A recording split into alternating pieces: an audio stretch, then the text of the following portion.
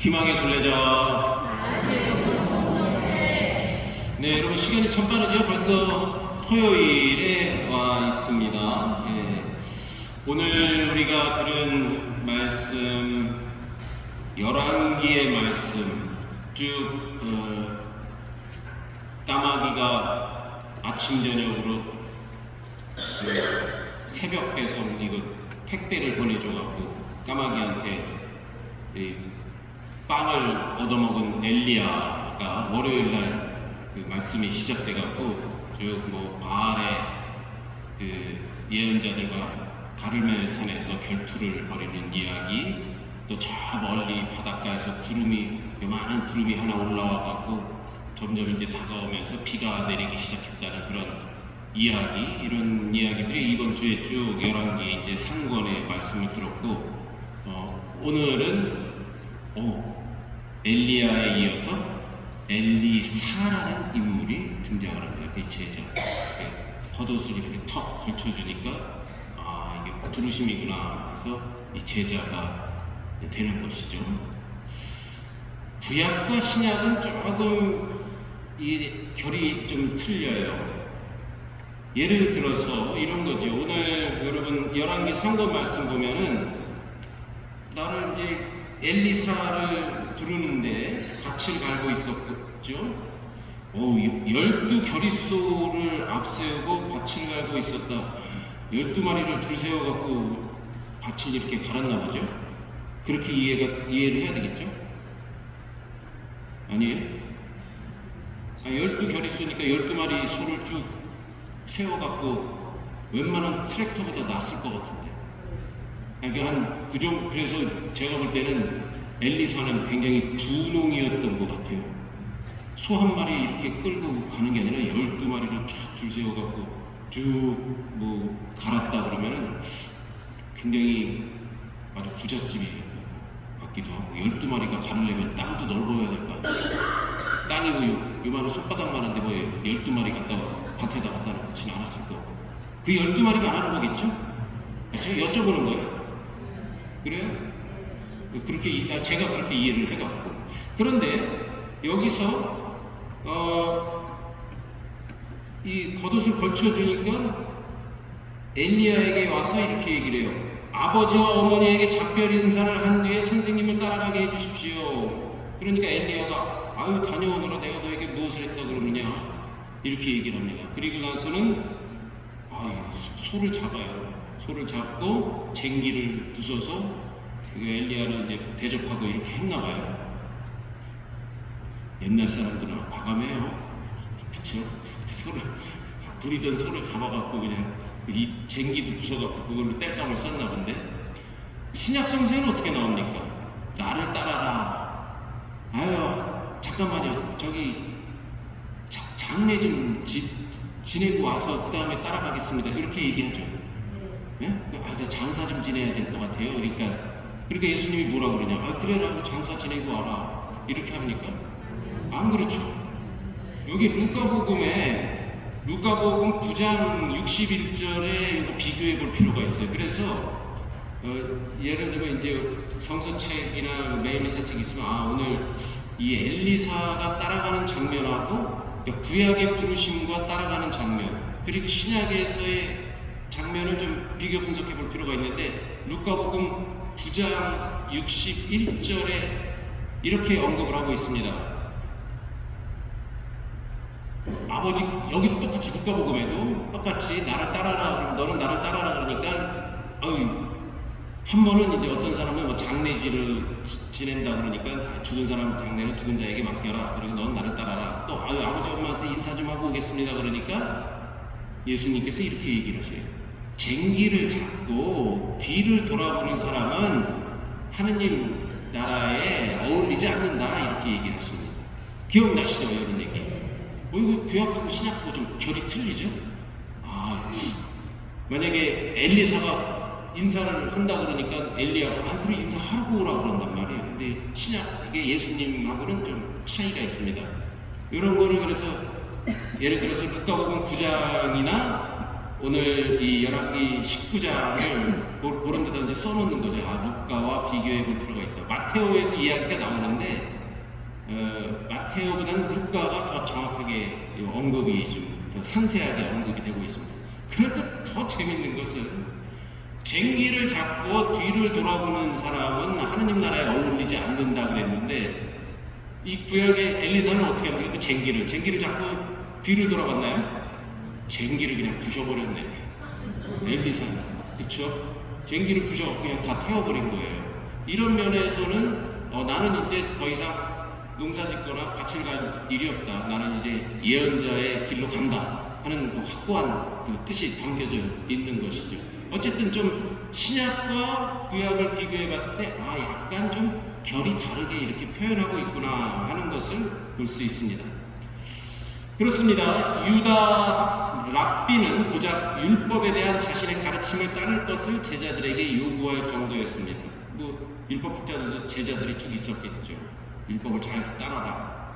그리스 철학자들은 자신의 철학 노선을 따를 것을 제자들에게 기대하는 수준이었죠. 그러나 예수님은 당신의 가르침뿐만 아니라 당신의 삶 전체를 따르는 전인적인 추종을 우리에게 요구하십니다. 이는 당신 자신이 길이니 당신 자신을 따라야 한다는 권고임과 동시에 당신의 사명 수행에 동참하여 그야말로 예수님과 하나 되는 동지가 되자는 그러한 초대인 것입니다. 그러한 초대에 이것저것 다 계산하고 쟁기 붙잡고 우물쭈물 될 것이 아니라 다 놔두고 바로 예수님을 따라가는 그런 말씀이죠. 이런 말씀이 있어요. 부처님이 죽을 때 그의 제자들은 어떻게 하면 자기들이 그를 제일 잘 기억할 수 있겠느냐고 이렇게 이제 물었습니다. 부처님이 이렇게 대답해요. 애써 자신을 기억할 필요가 없다고 말씀하십니다. 부처님이 돌아가실 때 나를 기억하지 마라. 왜 나를 기억하냐. 중요한 것은 그 자신이 아니라 그의 가르침이었기 때문입니다. 그래서 불가에서 이런 말이 있죠. 부처를 만나면 부처를 죽여라. 이런 말이 있습니다. 그런 유명한 얘기가 생긴 것이죠. 그러나 예수님에게 있어서는 좀 다릅니다. 그의 가르침이 중요한 것 이상으로 예수님과의 인격적인 만남이 중요합니다. 제자의 길은 그를 사귀는 것이며 그를 사랑하는 것이며 그를 믿고 따르는 것입니다. 그렇습니다. 이런 우리가 영화 이런 데서 보면은 그런 폭력 조직 있지 않습니까? 형님 하고 이렇게 깍두기 이렇게 검은 양복 입고 인사하는 그런 폭력 조직에도 의리와 복종이라는 그런 덕목이 추구되는 것이죠. 하물며 하느님의 아들이시오 영원한 생명의 주관자이신 예수님께서는 어떻게 해야 우리가 마땅하겠습니까? 가르침을 왜곡하거나 적당히 여기지 않고 그것이 아니면 다른 길이 없는 것처럼 받아들여야 합니다. 예수님의 삶을 모델로 삼아 그를 닮고자 해야 하는 것이죠. 상황 속에서 들려오는 그분의 명을 즉시 따라야 합니다. 엘리야도 엘리사를 부르자마자 사실 자신의 재산의 상징일 수 있는 이 소를 잡는 것이고 자신의 앞길일 수 있는 그 쟁기를 아예 부숴버리는 것이죠. 그리고 바로 이 예언자로서의 길을 가게 되는 것입니다. 오늘 예수님은 우리를 당신 제자로 부르십니다. 사실 매일 부르심의 시간이라고 볼 수 있겠죠. 미천한 어부 베드로와 안드레아, 야고보와 요한을 부르셨듯이 또 열성담은 시몬을 부르셨듯이 그리고 세리 마테오를 부르셨듯이 또 셈에 밝은 그 유다를 부르셨듯이 그리고 심지어 박해자였던 사울 바오로 사도를 부르셨듯이 어중이 떠중이 같은 우리를 부르십니다. 그리고 나를 따르라 이렇게 말씀하십니다. 우리의 능력이나 집안이나 학벌, 나이, 성별을 따지거나 가리지 않고 우리를 부르시는 것입니다. 그렇게 부르심에 응답해서 여러분들이 이렇게 이비사에 와서 주님을 뵙고자 앉아 계신 것이죠.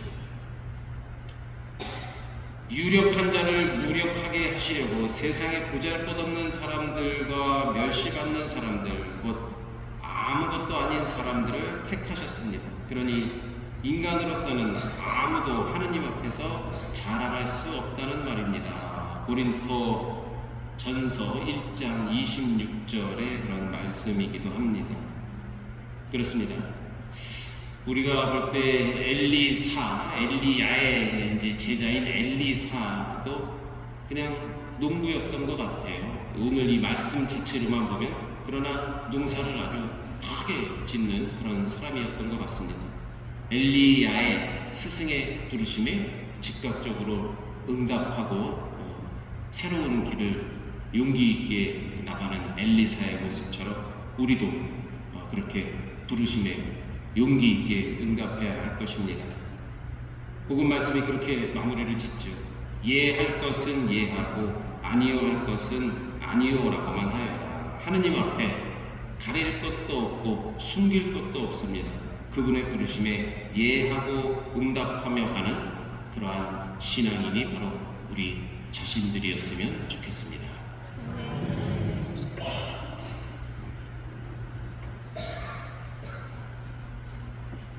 시작됩니다. 유물봉헌 성가는 340번입니다.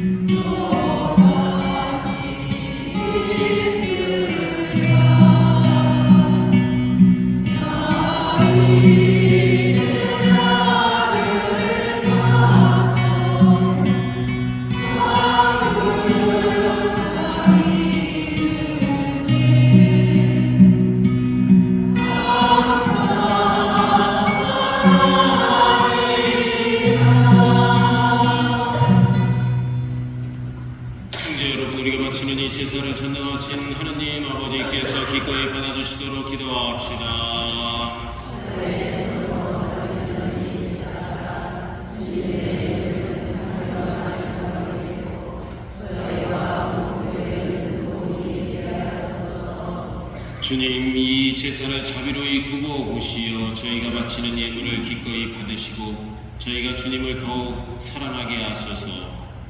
우리 주 그리스도를 통하여 비나이다.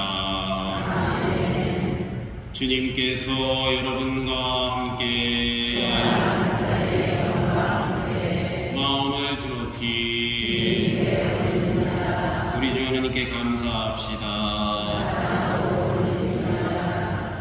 거룩하신 아버지, 전능하시고 영원하신 주 하느님, 언제나 어디서나 아버지께 감사함이 참으로 마땅하고 옳은 일이며 저희 도리오 구원의 길이옵니다. 아버지께서는 저희의 찬미가 필요하지 않으나 저희가 감사를 드리는 아버지의 은사이옵니다.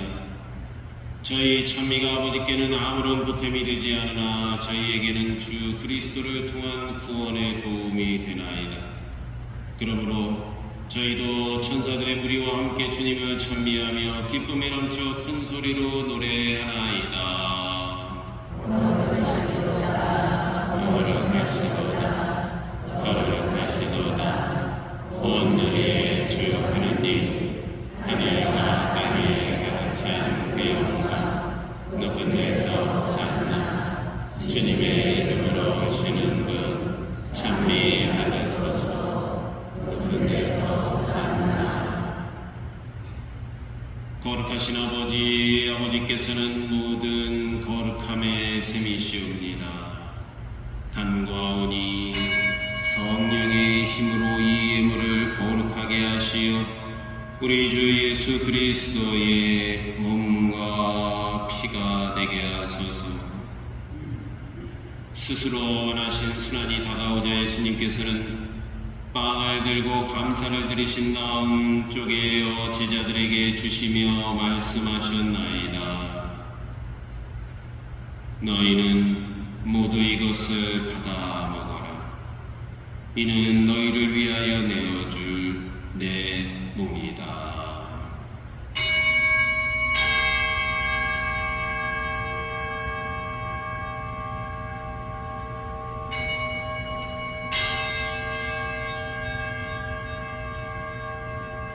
저녁을 잡수시고 같은 모양으로 잔을 들어 다시 감사를 드리신 다음 제자들에게 주시며 말씀하셨나이다.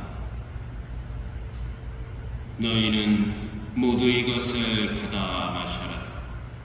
이는 새롭고 영원한 계약을 맺는 내 피의 잔이니 죄를 사하여 주려고 너희와 많은 이를 위하여 흘릴 피다. 너희는 나를 기억하여 이를 행하여라.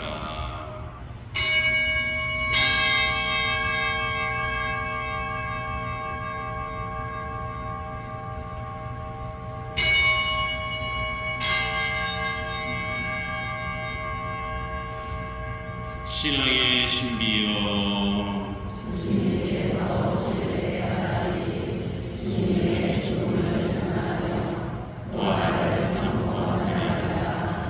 아버지, 저희는 그리스도의 죽음과 부활을 기념하며 생명의 빵과 구원의 잔을 봉헌하나이다. 또한 저희가 아버지 앞에 나와 봉사하게 하시니 감사하나이다.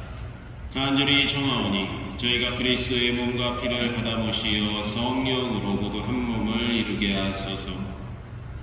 주님, 온 세상에 널리 퍼져 있는 교회를 생각하시어 교황 프란치스코와 저희 주교 요한 세례자와 모든 성직자와 더불어 사랑의 교회를 이루게 하소서.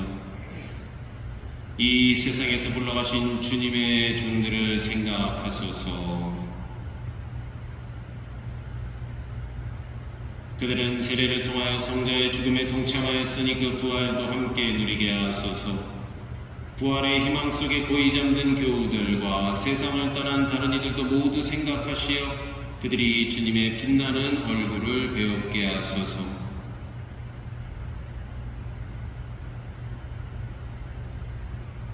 저희에게도 자비를 베푸시어 영원으로부터 주님의 사랑을 받는 하느님의 어머니 복되신 동정 마리아와 그 배필이신 성 요셉과 복된 사도들과 모든 성인과 함께 영원한 삶을 누리며 성자 예수 그리스도를 통하여 아버지를 찬양하게 하소서. 그리스도를 통하여 그리스도와 함께 그리스도 안에서 성령으로 하나 되어 전능하신 천주 성부 모든 영예와 영광을 영원히 받으소서.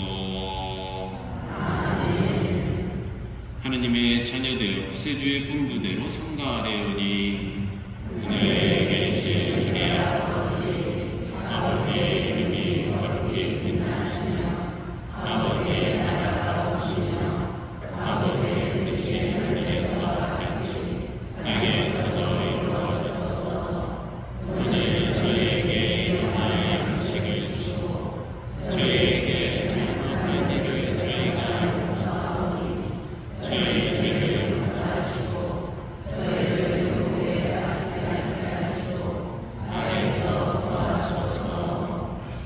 주님, 저희를 모든 악에서 구하시고 한평생 평화롭게 하소서.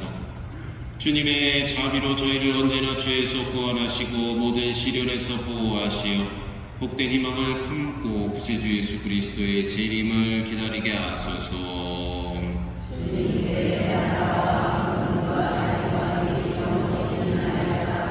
주 예수 그리스도님 일찍이 사도들에게 말씀하시길 너희에게 평화를 두고 가며 내 평화를 주노라 하셨으니 저희 죄를 헤아리지 마시고 교회의 믿음을 보시어 주님의 뜻대로 교회를 평화롭게 하시고 하나 되게 하소서. 주님께서는 영원히 살아계시며 다스리시나이다. 주님의 평화가 항상 여러분과 함께 평화의 인사를 나누십시오.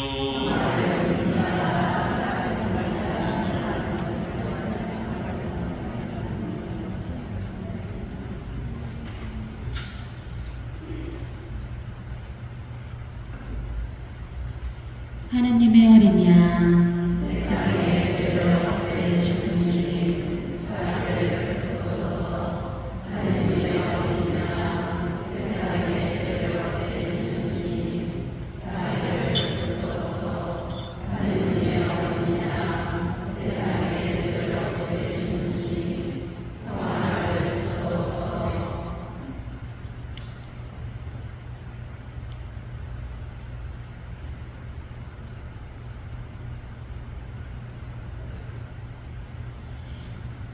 보라, 하느님의 어린 양 세상의 죄를 없애시는 분이시니 이 성천에 초대받은 이는 복되도다.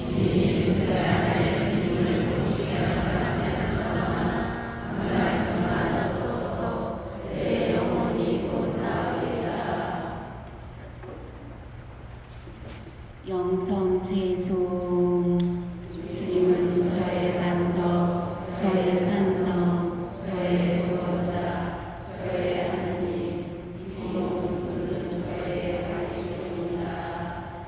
앉으십시오.